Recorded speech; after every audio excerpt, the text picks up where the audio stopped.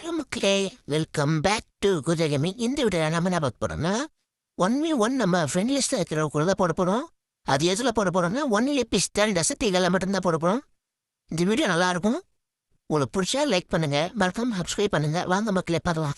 ஆமாம், match start ஆகணும். மேலே வந்துடும். ஒரு க்ளோவ் போட்டு ரெஸ்ட் பண்ணுவார். ஒரு க்ளோவால் போட்டு உள்ளே போயிட்டு வெளியே வரட்டும். டபுள் பேரில் அடிச்சு நாக் பண்ணுறோம்.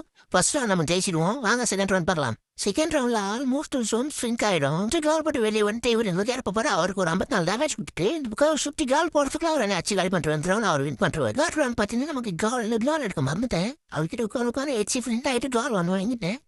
வாங்கிட்டு ஏன் உடனே சுற்றி கால் போட்டுட்டு உள்ளே வருவார். ட்ராக் பண்ணால் நான் விடாது. க்ளோவில் திரும்பி எடுத்துட்டு திரும்பி ட்ராக் பண்ணுவேன். டேமேஜ் போவோம். ஆனால் சத்துருக்க மாட்டார். சரின்னு வெளியே வரட்டு வெயிட் பண்ணி நான் க்ளோவில் போட்டு ரஷ் பண்ணி ஏறுவேன். ஏறி என்ன முடிவு வேத்தாச்சிடுவேன். திரும்பி டேமேஜ் கொடுக்கலான்னு பார்த்தா அவர் நம்மளுக்கு டேமேஜ் கொடுத்துருவாரு.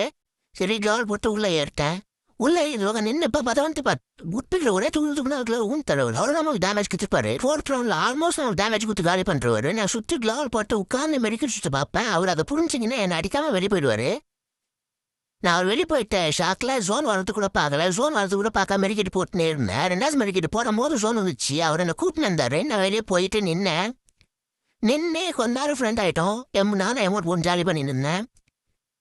மெடிக்கெட் ஃபுல்லாக சுற்றுனேன். மெடிக்கெட் ஆகிட்ட ஜாலி. மெடிக்கெட் போட்ட உடனே ஏர் அடிக்க ஸ்டார்ட் பண்ணுறோம். நான் சுற்றி க்ளோவ் போட்டு அவர் லாக் பண்ணலான்னு பார்ப்ப முடியல. நான் வெளியே வந்துட்டேன் முடியாமல். அவர் வெளியே வந்து அடிக்க பார்த்தாரு. அப்படியே முடியல.